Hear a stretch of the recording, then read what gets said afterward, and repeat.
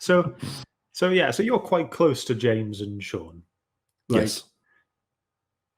physically, like you actually live near each other, don't you? Yeah. We Sean and James live in Belfast, and I'm just outside Belfast. So yeah, I'm about 30 minutes away from Belfast. So yeah, we were out comic hunting on Saturday there, Saturday past. So the three of us, I think that's the first time that we've actually physically met up in a good long time. You know, I'm talking years. Nice, so it was crazy. It was as if we'd never stopped meeting up with each other and just having a crack, you know. You know those proper friends, isn't it? When you can just jump straight back in after having not seen each other for ages. Exactly. Yeah. But yeah, I think the closest YouTuber that I know is Lee from Retro Cave, and he lives in North Wales. Of course, yeah. And Welshman. Yeah, I literally I don't know, I can't find, and believe me, I tried a little bit, I can't find anyone else in South Wales.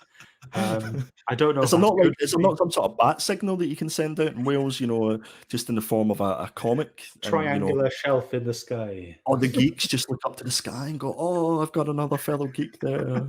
Just a big book like that. I'll try it. Well, hopefully when the lockdown is and this madness that is COVID ends, I've said to a few of the guys it would be great just to, if we all could organise to meet up, you know, whether it be at some sort of Comic Con or something like that, because I just think that would be fantastic. So cool. That'd be really good. Yeah, it'd be awesome. But yeah, tell me how the three of you, you know, got in touch with each other. You know what I mean? How did you all? Tinder.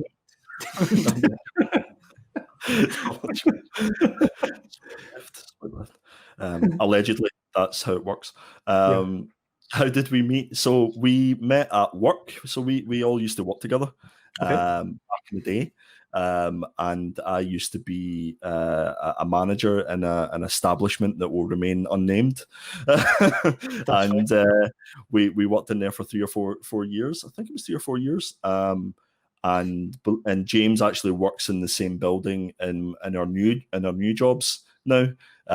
So he's not too far away, but it's crazy, you know, whenever we were allowed to go be in the office, you know, we'd meet up randomly, and myself and James like mixed martial arts, so we like watching, you know, UFC and things like that.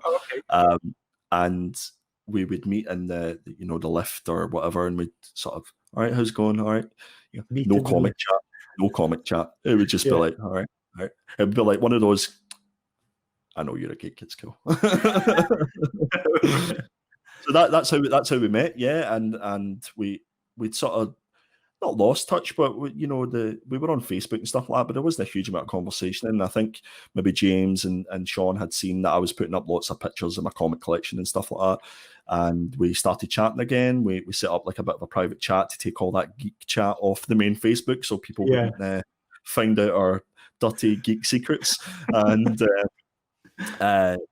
James sent me a link to his YouTube, says, "Oh, I've been doing this for a while," and I thought it was fantastic. I thought it was great.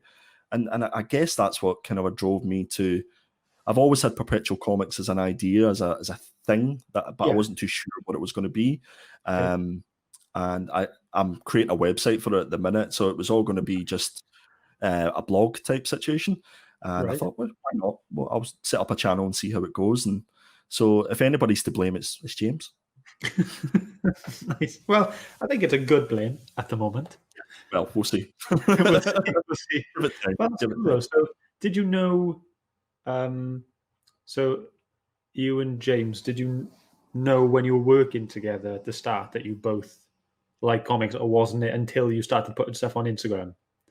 Yeah, no, we didn't. I didn't have a clue that James was into comics or anything like that, and I don't know if he knew.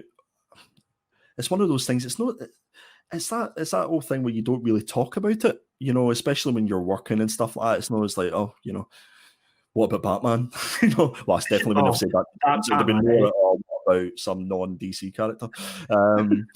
But no, we had no idea that we were into it. As you say, it was only when I started posting up things on Facebook and bits and pieces on my collection on Instagram that's what kicked it off, really. Yeah. So did he start his YouTube then because of your Instagram? I don't think so. No, I don't know. I think he's had it set up for a little while, to be honest with you. So I think that was just his passion and unboxing, and I suppose it's kind of like a release, you know, to be able to chat, and the community has built up around him as well. So Yeah. you know, all the people that you know, he knows, and I know. That's what keeps you going, to be honest. You know, because you don't want to lose that. I could easily not do a video for another 6 months, but as long as I still had the friendship and the chat and with everybody like yourself and everybody else, that's kind of what I'm doing it for now. Not for the views or the likes, but like and subscribe if you wish to. Notification bell. Don't forget the bell. Bell.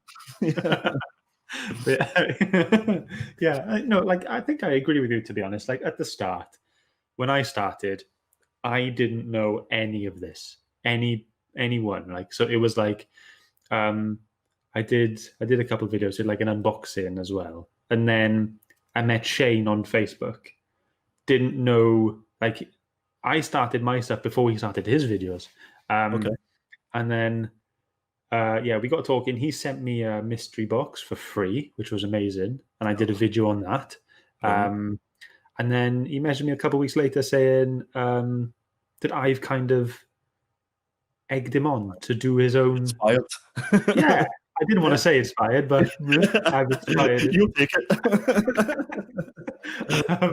Yeah, you know, he messaged me saying, you know, in a way, these weren't the exact words, but thanks to you, you're so awesome. I've started my own YouTube channel. No, you're just lying, aren't you? He started his YouTube channel, and then so me and him were kind of palling around, and then he introduced me to Dino, and then I think that's where it all just blew up for me then in terms of getting to know everyone. But yeah, the community is just awesome. It is. It's absolutely fantastic. And what I would say is anybody that's maybe watching this video and is sort of going, oh, like me, when I was like, oh, do you know what? I'm not putting up a video. I don't have the confidence, blah, blah, blah. Just go for it. Even if you just start on Instagram, set up an Instagram page and reach out to any one of us or Dino or Shane or anybody, and you'll feel more than welcome, and we'll just go from there. Yeah, because Charlie started out, Geeky Guy Comics, he started out just on Instagram. Yeah. And then he kind of snowballed onto this as well, onto YouTube. Absolutely. Yeah. So his content's absolutely fantastic. You know, everybody's content is fantastic. That's the thing. Everybody's got their own special thing that's going on. And, you know, you find that when you've got it all, you know, one after the other, that you could spend a good couple of hours just watching everybody in the community's videos, and you'll be sure that you'll learn something new. And like even some of the stuff that Shane was putting up, you know, the figures and things like that, and soapbox figures, his future state video was just, I loved it. I absolutely loved it. The honesty, and it was just like, yeah, you're not wrong, Shane. It was fantastic. But as I've said about you, and I'm not just saying this because I'm on your show, well, maybe a little bit, but I think these backstory videos are some of the most original stuff that's going on in the community at the minute. And you know, I take my imaginary hat off my bald head and salute you, sir. Thank you, mate. Cheers. It's really nice to hear. Thanks. But yeah, let's get back to it. Enough about you, Scott. Enough about you. We've kind of come off a bit. Now we're going to come back on. So now it's illustration that attracts you more to a comic. Yes. Yeah. Yes. So based on that, then you must have a favorite cover. Yeah. No. So what is that favorite cover? Do you have one, and why do you have one? Here's one I prepared earlier for you, Scott. You ready? Yes, ready? I'm ready. Wait, let me come. My favorite cover of all time. Now, I have mentioned that I'm a Jock fan, so this is kind of giving it away a little bit. But and I'm sorry, James, that it's a DC Batman, but it is. Let me just put this closer. Oh goodness! Oh, this way. So this is Detective Comics issue 880. Okay. And this is a cover by Jock, and it's signed there by Scott Snyder. So this is my favorite cover and I think it was my first CGC as well. You can tell here by the green label. So for those who don't know, whenever you're sending off comics to get graded by CGC, so this was in my local comic store. Shout out to Comic Book Guys and Arn and the rest of the guys. Yeah. So I bought that raw in his shop, and he then got to know that I was a big Jock fan. And I says, look, I'd like to get this graded. I hadn't a clue what I was talking about or what I was doing. And he's like, yeah, no problem. And what I didn't realize is if something was already signed and you send it to CGC, they don't verify the signature. So you get this green label. Right, okay. So if it's a verified signature, then it's a yellow label, or it's a blue label if, it's just a normal grading. But yeah, the more you know. That's like, I didn't actually know what the colors meant because I saw one earlier. It was for a comic, Department of Truth. I think it was for like issue 1, and someone was like selling a blue label and a yellow label, and I couldn't see a difference. And I was like, what? It'll be the exact same comic, but the blue label is just a bog standard grading, and then your yellow label is if it's been signed and verified by a witness. So the person has to be a registered CGC witness to say, okay. It's a legit signature. And then so those someone from the Guinness World Records coming to watch, like yeah, pretty much. Yeah. Actually, Aaron in my local comic shop, he's a verified CGC witness, cool. so he can do all that sort of stuff. So no, but yeah, no, it's my favorite comic, and it just ticks all those boxes because I love Joker as a villain, I love Jock as an artist, and it just so happens that, and I didn't really know about grades and things like that at the time. And to be honest, it could be a 5.0 for all I care. It doesn't matter. It's just I wanted to keep it for my collection. Yeah. Can you show it again? Your internet went a little bit when you were showing it. Oh, sorry. Yeah. That's okay. It's a lot clearer there. Nice. That is cool, isn't it? Yeah. I love the way they've used all the bats. Yeah, it's fantastic. That is nice. That is nice. So that's part of a run that was done by Scott Snyder, the writer, called Black Mirror. It was called. Yeah, another really famous Scott. Yeah. Yeah, exactly. Yeah, there's too many of them. It's such a common name. I bet it shows weird as well. I think if you guys shout out to Comical Dino's Nerd Herd, if you guys are going to be talking about another run or a comic run, then definitely consider Batman Detective Comics, the Black Mirror run. How many issues is that? It is 10, 11. 10, 11. Okay. 11. Just under our threshold. We've got a maximum, so yeah, that's that'd be all right. Yeah, that'd be cool. I think when we did the Carnage run, we were like, this is too many. This is too many books. It was like 14 issues. We were like, we don't like. It was actually hard to get them all read in time. I know we had a week, but that's like 2 issues a day. Yeah. But sometimes we don't have the time each day, and it was just went a bit. And there's nothing worse when you have to rush a story as well, especially when you're trying to critique it almost because you know that you've got to shoot the video to talk about it. So, and that's why I time lapse my readings when I do my reading reviews. I could take like half an hour. I'll take my time, and I go, no, zip, done. Exactly. Yeah. Yeah. You read that in 2 minutes. What's going on? Done. Nailed it. It's like I'm like the Flash. I'm like the Flash reading a book. Who is your favorite? Is the Flash your favorite character? He's my favorite superhero. Yeah. Okay. I can't say character because character is insanely broad. That's true. He's my favorite superhero. I was talking to Dino about this before. I think it was because I have these dreams about running, and it's a feeling. When I run, I get this in my dreams. I get this feeling when I run, and I only get it if I run in real life. I'll never get that feeling, but I only get it in my dreams. But when I read or watch anything to do with the Flash, it reminds me of that. Brilliant, and that's pretty much it. Plus, I like my favorite color is red. I love the time travel kind of stuff involved in the multiverse kind of thing. Mm-hmm. He's just a good hub for a lot of cool things I like. Yeah, I'll bear that in mind whenever I'm sending your. Are you okay? Okay, thank you very much. Thank you very much. Thanks. And I mean, like I said, I've had, if that'd be great if you sent me one.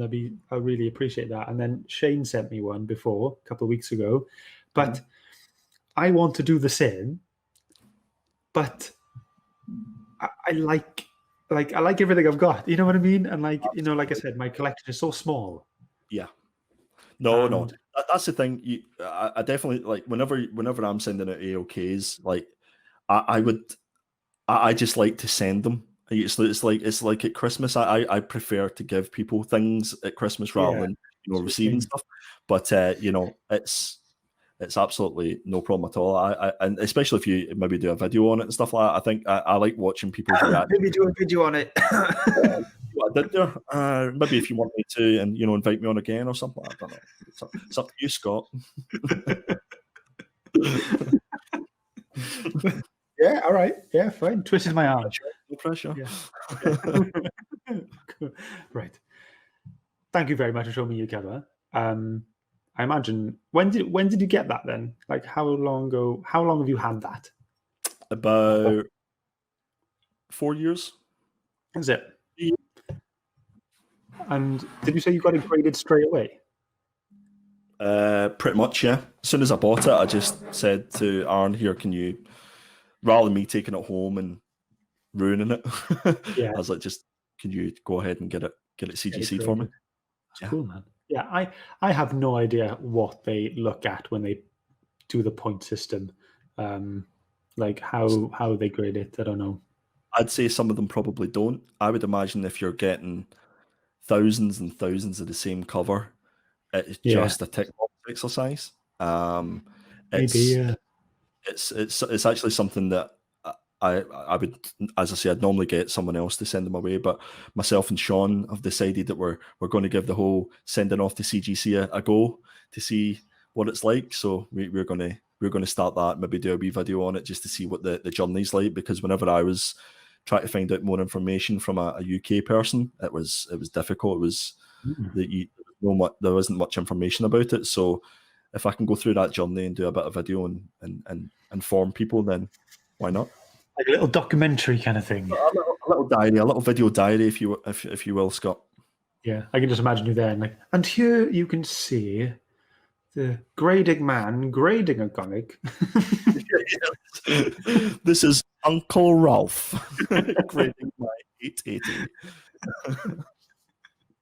Just over his shoulder, being like, no, point up, please. Point up for that.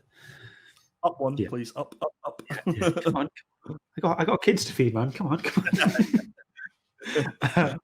So, okay. Yeah, again, thank you for showing me that. It's a really nice cover. I've not seen it before. I'm sure a lot of people have, but the noob I am, not seen it. So thank you very much. King of the noobs. Yeah, king of the noobs. All two of us.